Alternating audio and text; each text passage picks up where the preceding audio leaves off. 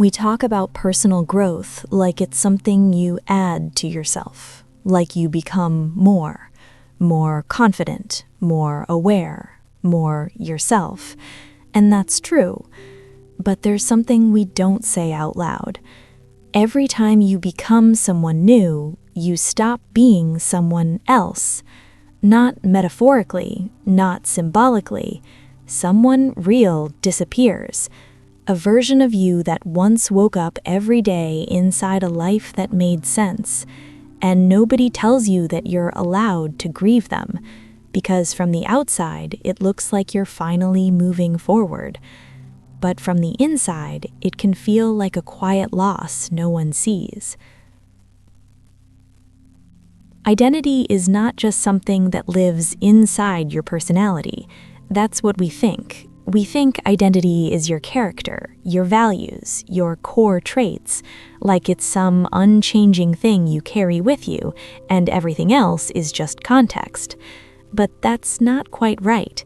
Identity is something that forms around the life you're living.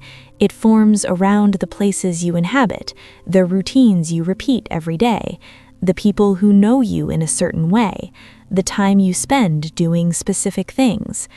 You develop an identity around the city you live in, around the job you work, around the relationships that hold you, around the version of yourself that makes sense within those structures. It's not fragile exactly, it's real, it's solid, it's you.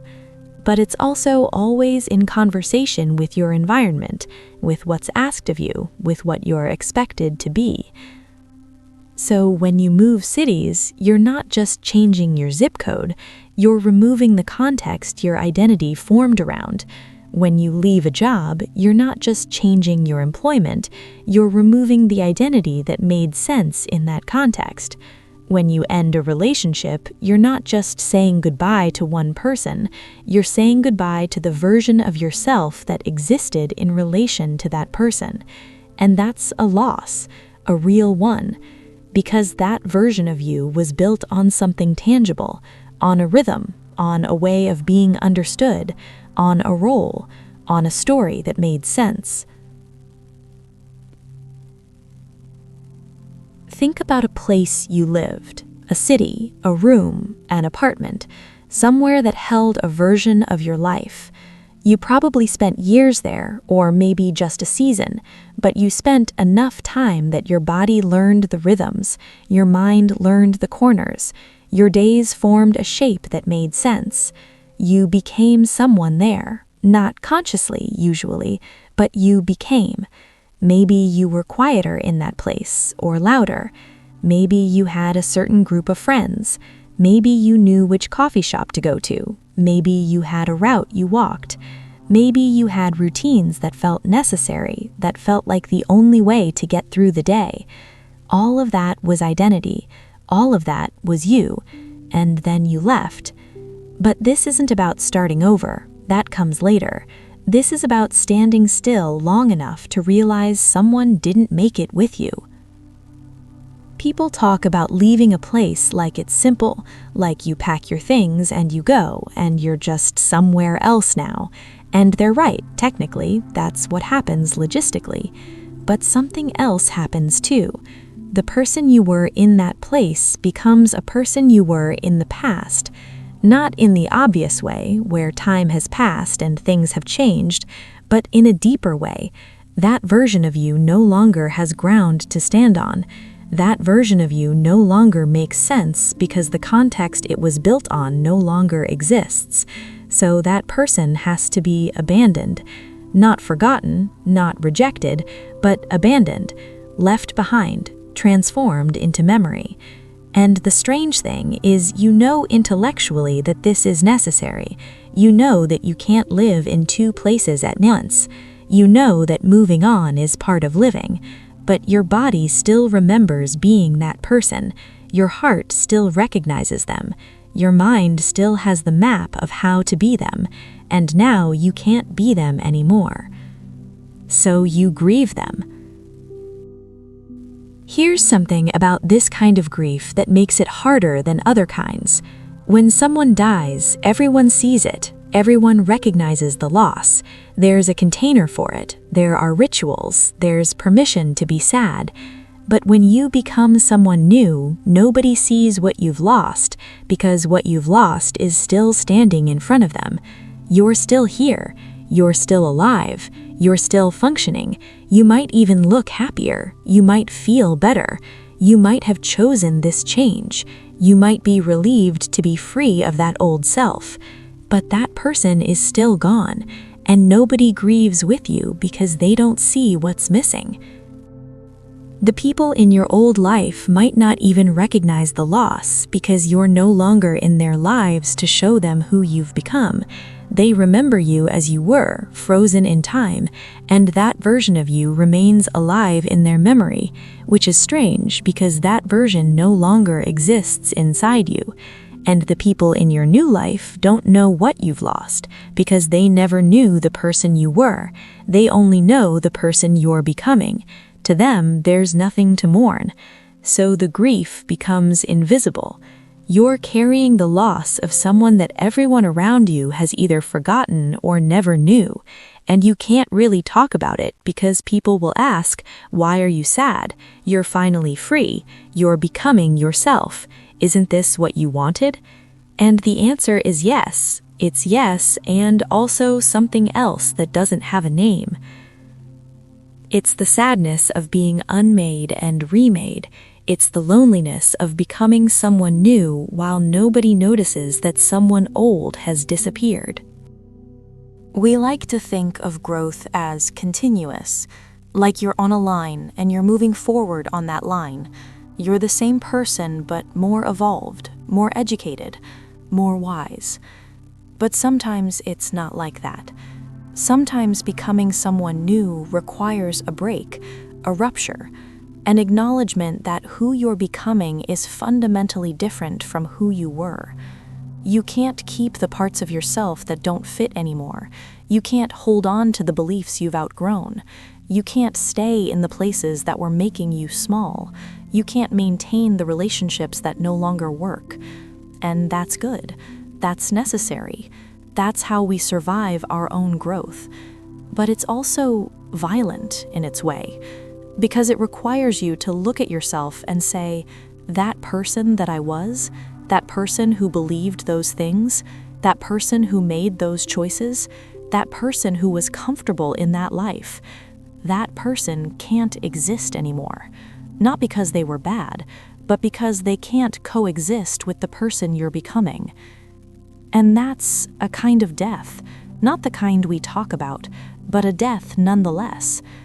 Sometimes you become someone new not by evolution, but by shedding, by leaving, by saying, I can't be both, I have to choose, and I choose this new version, which means I have to abandon that old one.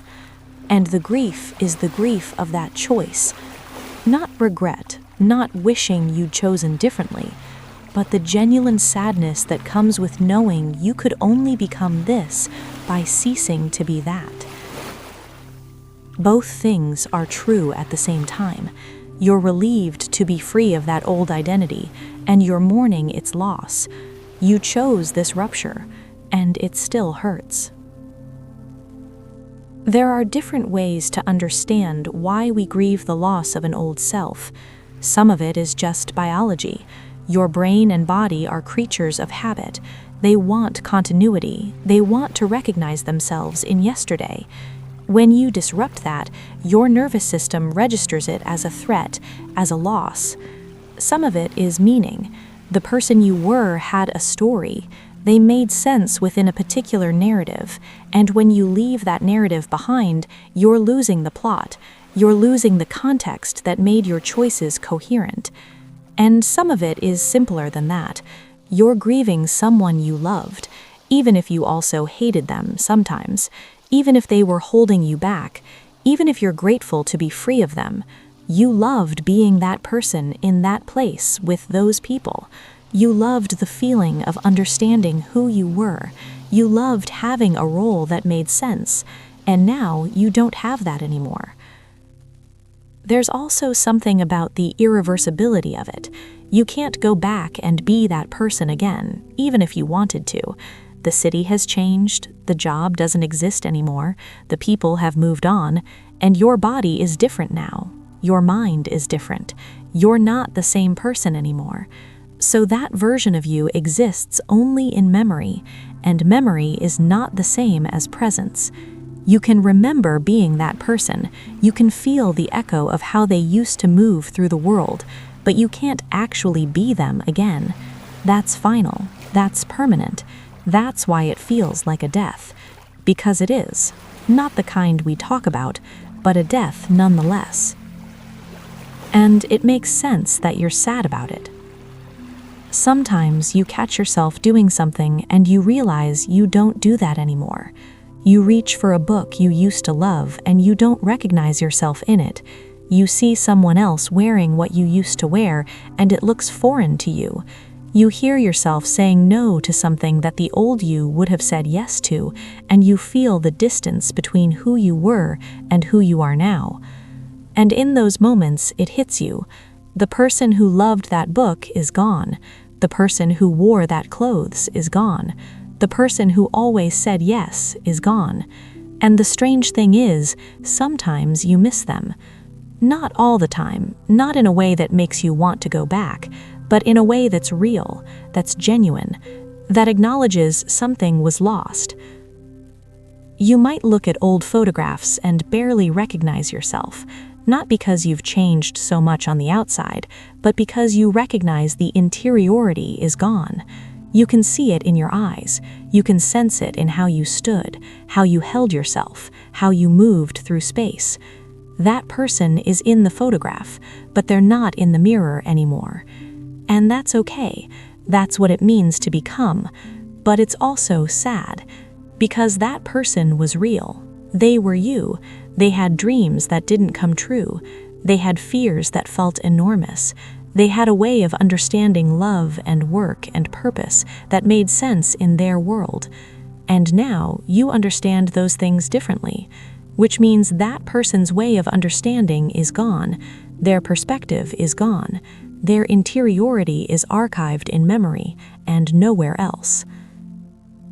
You can't bring them back. You can't even talk to them anymore, because to talk to them, you'd have to become them again, and you can't do that. You can only remember them, and remember that you were once them, and know that you can never be them again.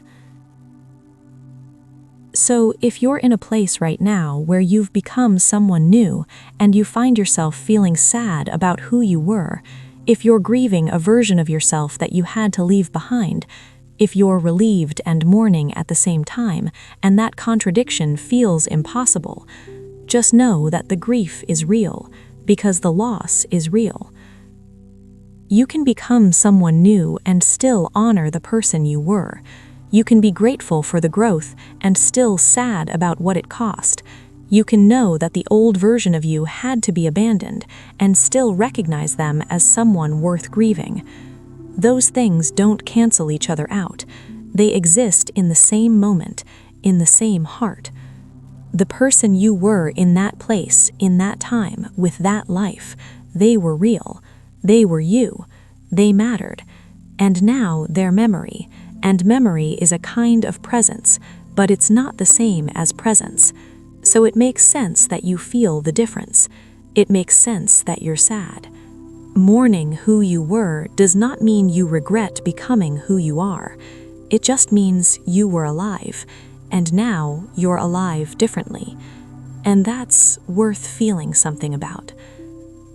It's worth the grief.